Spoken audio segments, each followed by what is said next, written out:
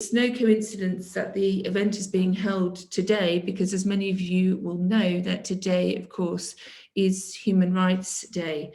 And as the situation in Tigray and the surrounding regions illustrate, some of the worst human rights violations and abuses are going on in that region. I want to say from the start that today we'll be focusing on Tigrayan victims and survivors, but we're very aware that unfortunately across this conflict that violations and abuses have been committed from all sides, and that there's many victims and survivors that won't be speaking out today. But we did choose today to focus on violations committed by the state of Ethiopia against its own citizens, which it has a duty to protect. Now, let me move on to introduce you to our panelists who will be discussing the issues today. We're joined by Dr. Halem Kebede, a doctor at IDA Comprehensive Specialized Hospital in Mekelle, Tigray. We're joined by Fanaya Solomon, an advocate for women and girls' rights in Tigray, and Nisha Varia, an advocacy director of the Women's Rights Division in Human Rights Watch. An excellent panel. Now, today, the situation in Tigray and Northern Ethiopia demands international attention, but also action. And I'm very grateful to have this panel today to speak about the devastating humanitarian and human rights crisis that is unfolding before our eyes. We're going to hear from our panel about the extreme brutality and sexual violence that have been hallmarks of this conflict since its start in November 2020. And of course, we're talking now about more than 1 year, and it has expanded to neighboring Amhara and Afar regions. Tigrayan and other affected communities have been calling for support, for justice and for redress. But where do we stand 1 year on from the start of the conflict? Victims and survivors still have little or no access to critical healthcare, to mental health care and psychosocial support, or access to legal services. And whilst the international community has condemned the attacks on civilians, words have not translated into action. Today, we call on the international community to hear the calls of Tigrayans and other conflict-affected communities and urge them to support and establish an independent investigative mechanism under the UN Human Rights Council to investigate human rights violations and abuses that have been committed and to preserve evidence of crimes already committed. Now, without further ado, I would like to go to our first speaker. I'm sure many of you know her, Fanaya Solomon. As I mentioned, she's an advocate for women and girls' rights in Tigray. Indeed, she's the founder of Empowering Journey, a service that provides support, coordination, and mentoring for clients with disability and mental health in Australia. And she assisted in the establishment of the first one-stop centre for women and girls who are victims of gender-based violence in Tigray. Okay, thank you. First, I would like to say thank you for the organizers and also for the invitation to come and speak. Rape was being used as a weapon of war on thousands of innocent women and girls with the intent of inflicting unimaginable physical, mental trauma to survivors. Human rights violation was one of the main issues women and girls were facing in Tigray, and still are facing in some part of Tigray that is still occupied by Amhara, Eritrean forces, and Ethiopian forces. Weaponized sexual violence was used in Tigray as part of the genocide that's taking place in Tigray, alongside forced starvation, drone attacks, no access of money, or other basic necessities. UN humanitarian Mark Lowcock, in his briefing on April 15, 2021, to the UN Security Council, spoke about widespread usage of sexual violence against women and girls as a weapon of war, with multiple men assaulting the victims, sometimes repeatedly over a period of days, with girls as young as 8 years old being targeted.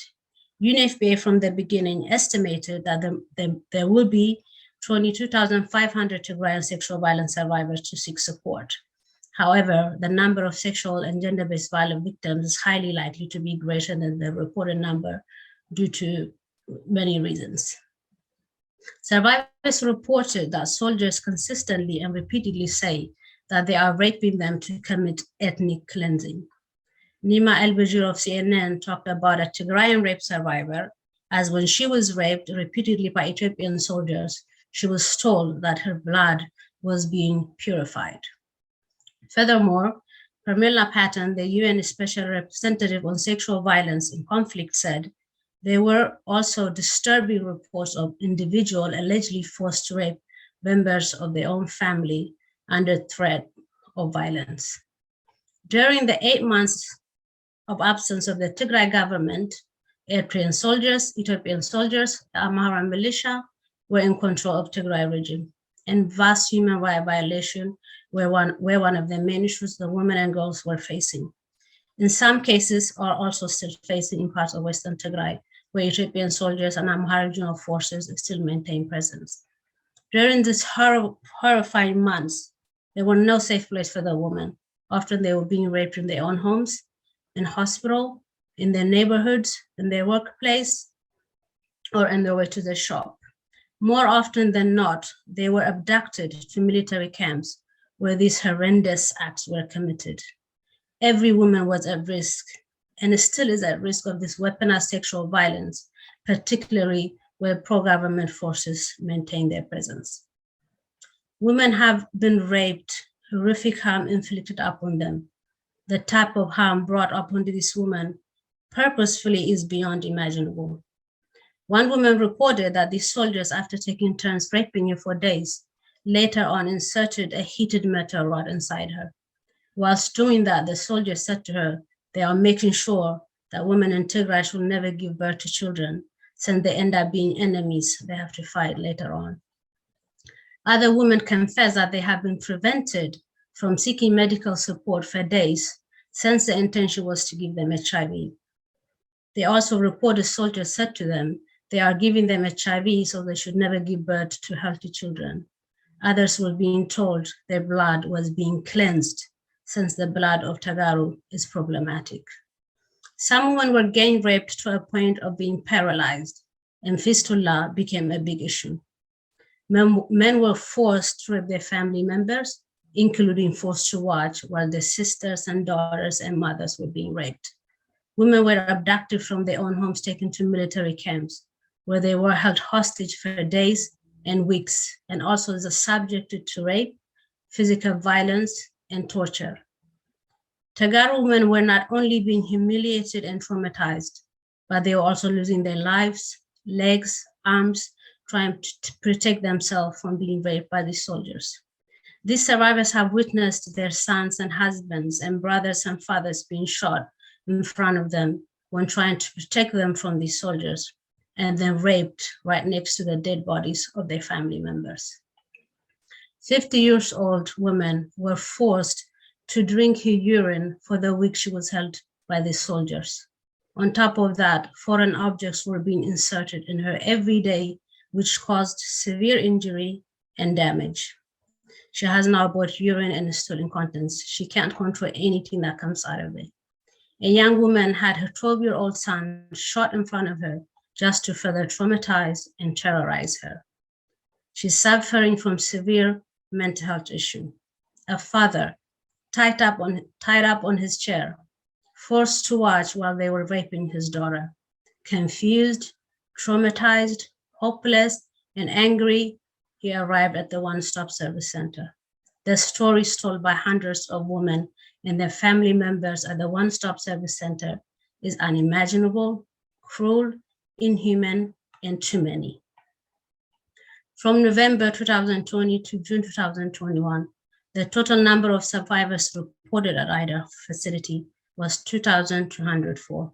Of course, this figure doesn't exactly imply the exact numbers of survivors in Tigray because of the limited number of functional health facilities, communication limitations in Tigray, and etc. Pregnancy was a big issue. For example, in Shira One-Stop Center, 173 reports, 69 pregnancy, 65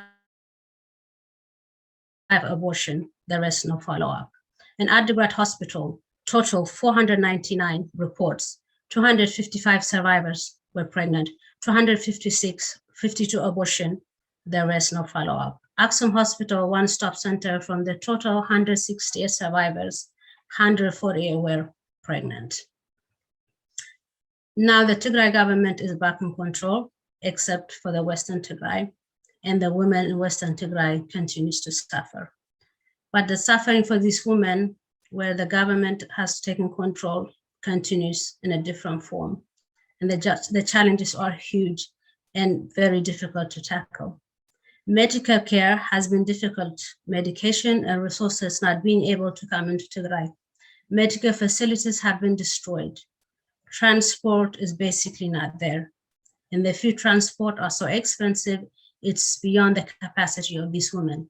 Banks being closed, they don't even have access to their own savings, and they are suffering in isolation.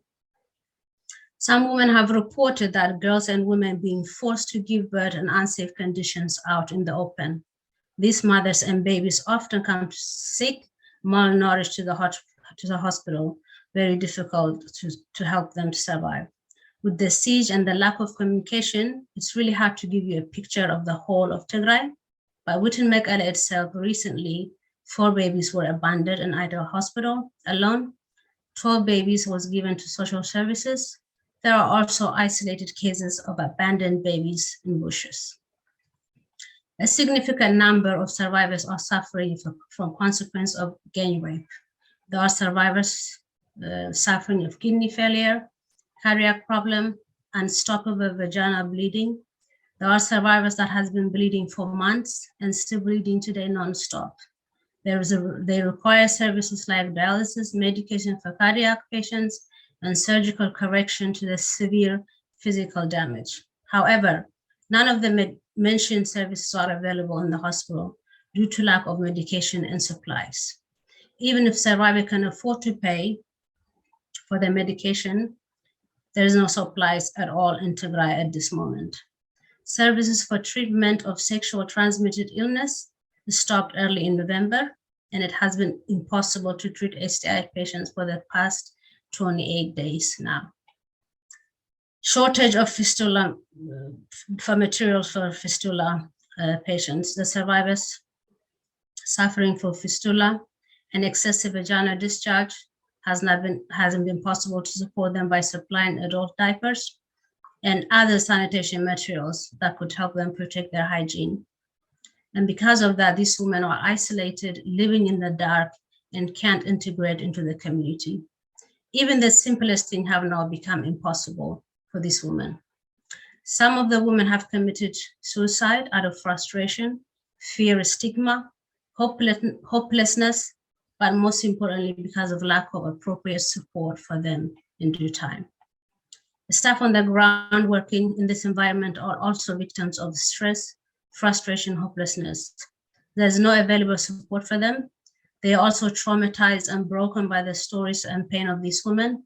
And on top of that, they're also worried about their own families because they have no money, they have no access to feed their own children. Thank you so much, Finaya. I'm sure we're going to have questions for you.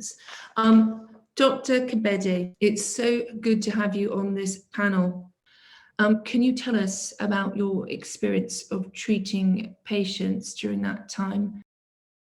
Okay, thank you very much. As you mentioned, my name is Hayelon Kebede, and I was the director of the only functioning hospital during the war in Ida, and between November and March. So I will just mention some of the atrocities that we encounter in the hospital, and mainly on the sexual survivors.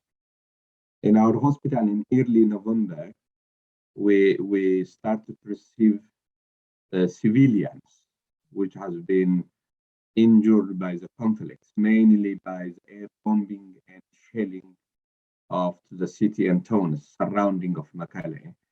And this began from November 19, 2020. And on that, when Mekelle was fall under the federal government or by the Eritrea and its allies. So during that time, there was heavy shelling and upon that we received and 23 deaths and immediate deaths, and also more than 70 of injured.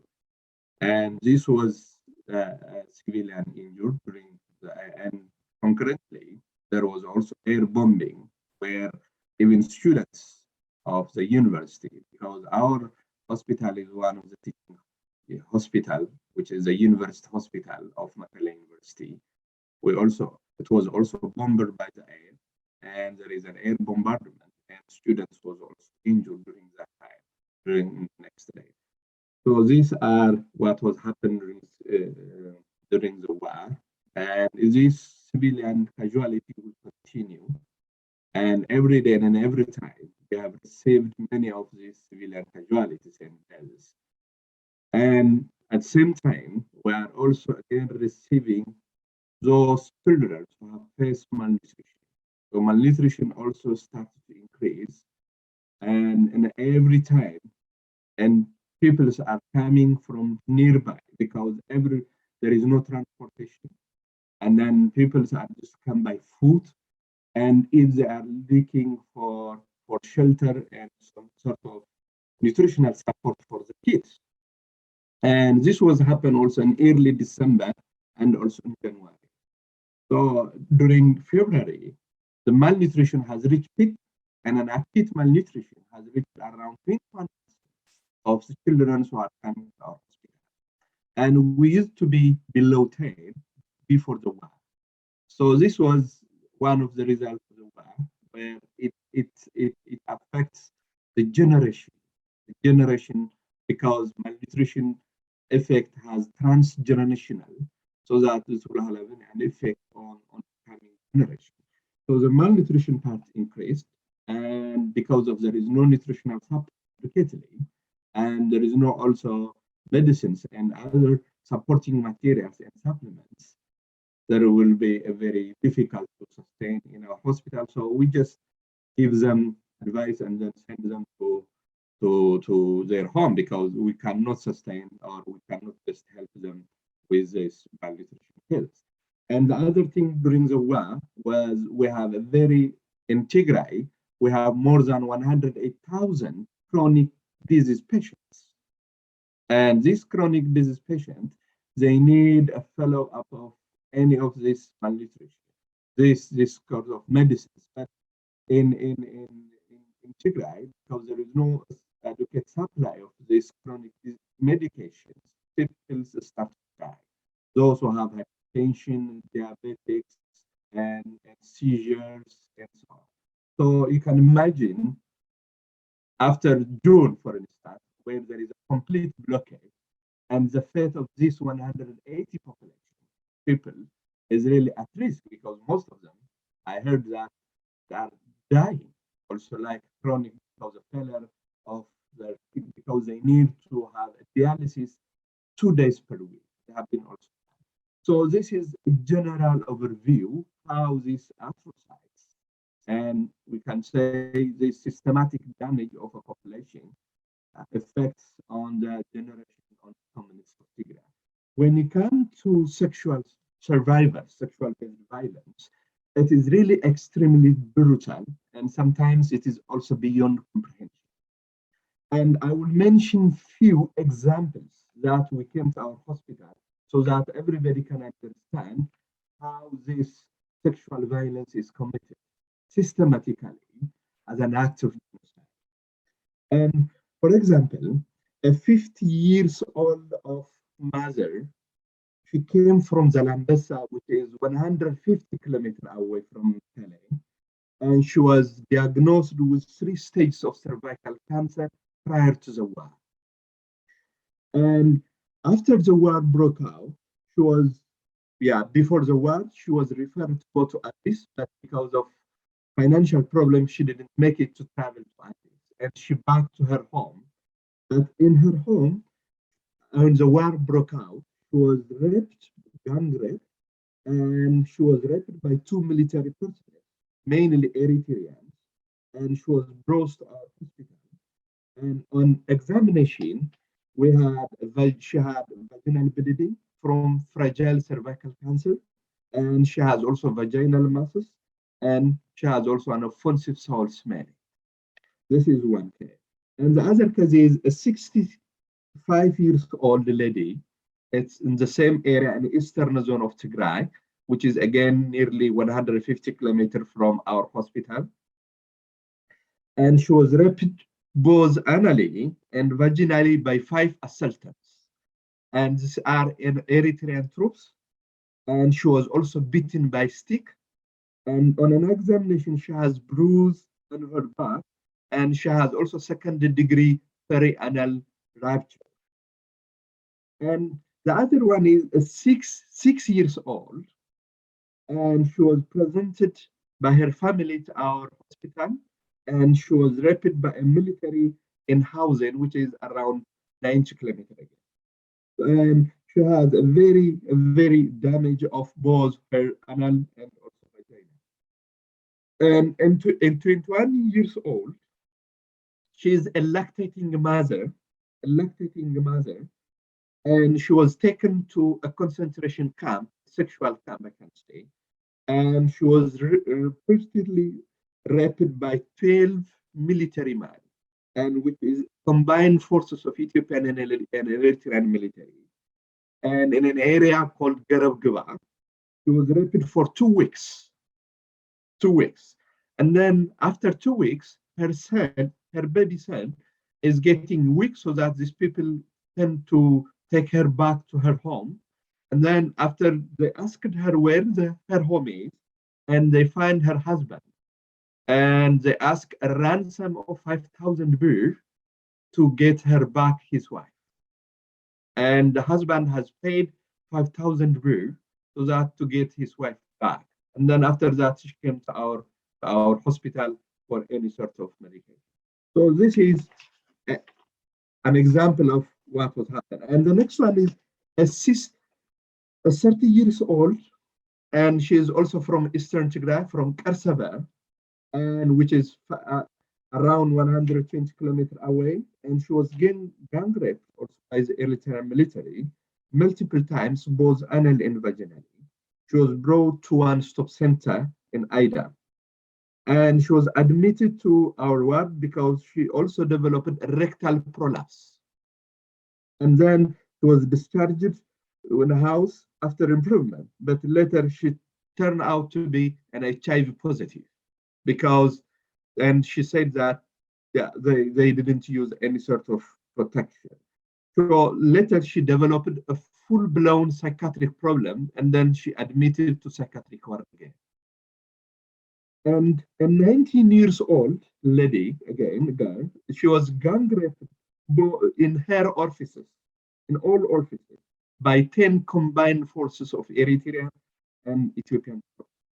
And she has also multiple lacerations in her perineum, and she has tested positive of HIV and hepatitis. And she has developed a psychiatric illness, and also currently she was admitted to psychiatric ward. And the other one is a lady, which is also gang raped. She is in her 30s, and they inserted nail in her vagina.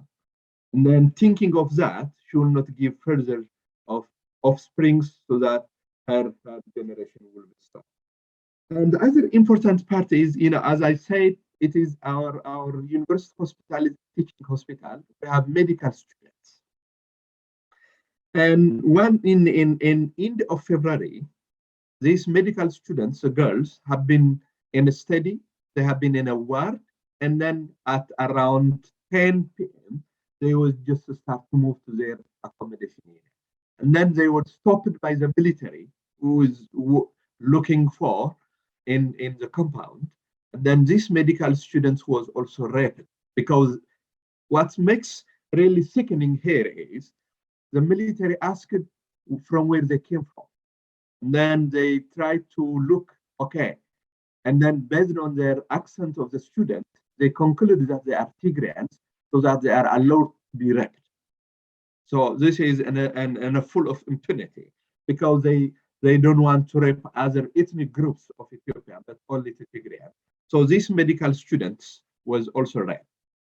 So, in this case, from November up to March, we have received 553 rape cases in our hospital, and as low as 6 years old and as high as 65 years old.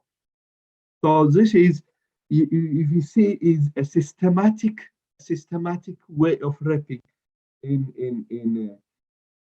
Tigray community or Tigray nation. So what happened is during this time, there is an intimidation and harassment of our colleagues and staffs, because most of the military came and they harassed, and also the interim government, we reported about the problem of intimidation, but nobody has acted. So our nurses and physicians are really scared of treating these patients, because the military is not allowing them to come to our hospital, because the hospital is also keeping or guarded by the military during the war. So we are seeking, if possible, to find a fact-finding missions or inquiry deployed independently by the UN to investigate all the atrocities committed in girls and women's Tigray and the nation. Thank you very much. Thank you, Doctor. I mean, thank you for sharing that, because the world needs to hear what, that it is an ongoing and current nightmare for people who still remain there. I think we applaud and salute your work as we do the work of Fanaya. Hello everyone. Thank you for giving me this opportunity to speak up for Tagaru women. I'm a mental health professional working in one of the one-stop centers treating survivors of gender-based violence. The past 1 year has been devastating for Tagaru women. Not only did they endure all the harm that war brings, but also they have been exposed to extreme forms of gender-based violence. Today, I'm going to focus on the psychiatric, psychological, and social consequences of what this sexual and gender-based violence has brought upon Tagaru women. But first, I would like to start by sharing some stories of survivors without disclosing any of the personal details. First, I'll tell you about a 9-year-old girl who was raped by an Eritrean soldier inside of her own home, while her mother and her sister were in the other room, held hostage and forced to listen and endure all the pain that she was going through. After a few months, she was taken to a hospital and she was bedbound. She jumped at the sight of men. She had nightmares. She couldn't communicate properly, and also she was withdrawn from her environment. Another story is about a 45-year-old woman who heard that the Ethiopian forces have entered her town and were going through house to house searching for young men. She wanted to save her older child, and she hid him in an empty barrel inside of their home. When the soldiers entered, they forced her into the ground, raped her for 3, and left her bleeding to die. She didn't feel safe seeking help, so she waited for 6 months, and only in September, when the pain got too much and the bleeding wouldn't stop, she came to our one-stop center seeking treatment. In her interview, she said that she was very grateful that she saved her son, but was worried if all the anxiety, the fear, the nightmares were ever going to go away. She was put on medication. I wish I could share all the stories of the women that came to us unconscious, that came to us disoriented and detached from reality. The ones that we had to admit into our psychiatric ward, put them on continuous follow-up and on medication. I wish I could share all the stories of the women that contracted sexually transmitted infections, that were still in denial and didn't know what the future holds. I wish I could share all the stories of the women and girls that were pregnant that already had babies from this violences. This woman feel shame to go back to their homes because of stigma, and even if they wanted to raise the kids, they say that they wouldn't know how to. I wish I could share all the stories of the women that come to us and tell us that they can't take it anymore. They can't go on living like that. That they had suicidal thoughts, but also suicidal attempts, and some who have already committed suicide.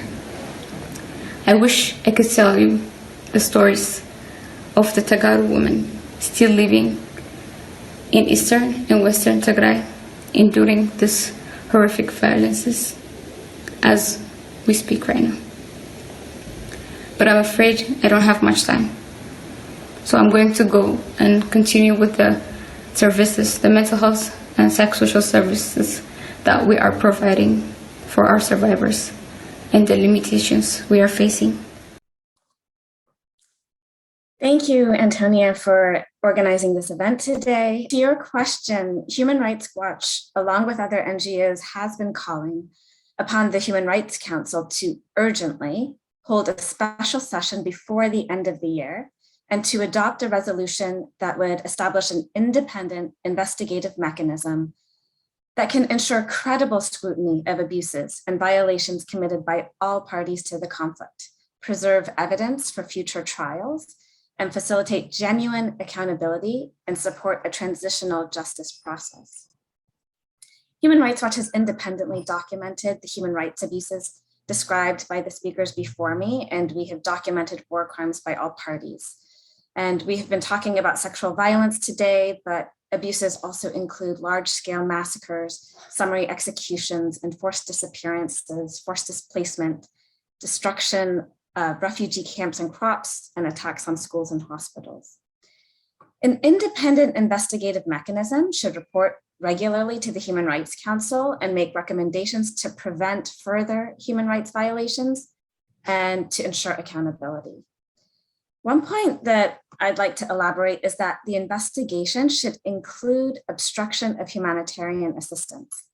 For nearly 6 months, as we've heard, the Ethiopian government has imposed an effective siege on the Tigray region, including blocking food, medicines, cash, and fuel to the civilian population in violation of international humanitarian law. And so we've been hearing about how women and girls have suffered horrific forms of sexual violence and an initial victimization, but they have also experienced a second victimization due to the deliberate destruction of health facilities and the obstruction of aid that has prevented them from accessing critical health care, mental health care, and psychosocial support services. There have been, as we've heard, hardly any humanitarian supplies getting into Tigray. And, you know, the government has allowed a trickle of food on occasion, but this is a region where 6 months ago, 400,000 people were already facing famine-like conditions. So the effective siege on Tigray raises concerns that the federal government is using starvation as a weapon of war. Clinical management of rape, mental health care, psychosocial support services, these have been almost non-existent outside a few urban areas such as Mekelle and Shire for much of the past year. So with this restrictions on aid, you know, health workers and humanitarian aid workers had plans to expand into all districts, to support mobile teams to visit rural areas, to create safe spaces for women and girls, to distribute dignity kits, conduct information campaigns against stigma, and to provide critical services. You know, we know what's needed for a response to gender-based violence. But this is impossible without cash to pay workers. It's impossible without fuel to drive outside of Mekelle. It's impossible to run a mass information campaign without telecommunications and electricity. It's impossible to support victims without critical medical supplies. And it's impossible without enough of the health workers and self-service providers specialized in sexual and gender-based violence response. So instead of expanding operations, as you're aware, many humanitarian agencies are having to halt or downsize, in some cases relocate their operations because they're simply unable to deliver aid.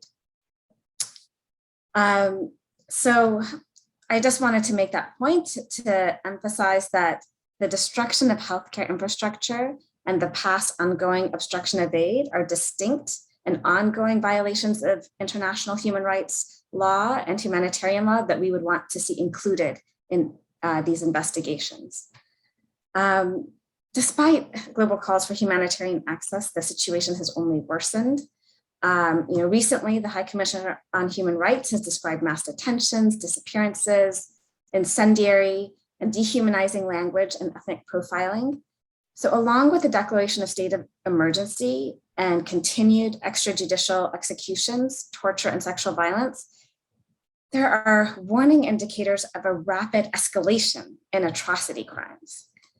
So the Human Rights Council must act now to have any chance of deterring further abuses. And why is this the right approach? The joint OHCHR Ethiopian Human Rights Commission raised concerns about domestic accountability processes, including that they do not comply with international standards, they do not address command responsibility, and they do not match the scope and breadth of violations. Prior to the conflict, Human Rights Watch has documented that after other bouts of serious violence, the Ethiopian government's investigation and accountability efforts have been slow and marred by due process issues and lack of transparency. So this, along with the scale and gravity of abuses, the involvement of multiple forces, highlight the need for an international investigation. The government, since the beginning of the conflict, has deliberately restricted international scrutiny and public reporting. There have been increased arrests and hostile rhetoric towards the media and foreign outlets. The Ethiopian government has also rejected the Commission of Inquiry established by the African Commission on Human and People's Rights.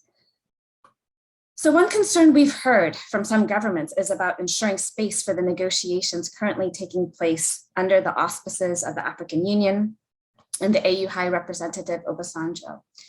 But action by the Human Rights Council is complementary to these efforts.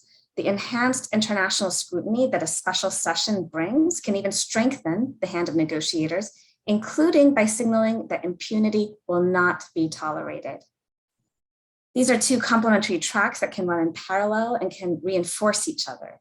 An investigative mechanism reporting on human rights and making recommendations on accountability and transitional justice could and should feed into any national dialogue process in the event that a ceasefire is agreed and a process for peace is initiated. So the urgency and gravity of abuses, the deterioration of the situation, and the potential for even greater escalation of atrocities, the lack of credible, transparent, and effective domestic accountability efforts all point to the need for an independent international investigative mechanism that can examine the pattern and scale of violations, identify those responsible for the worst crimes, and collect and preserve evidence to pave the way for future accountability and reparations. And the time to act is now. Thank you. Thank you so much, Nisha, and thank you for clearly setting out your call, your request, a special session of the Human Rights Council to pass a resolution to establish an independent investigation.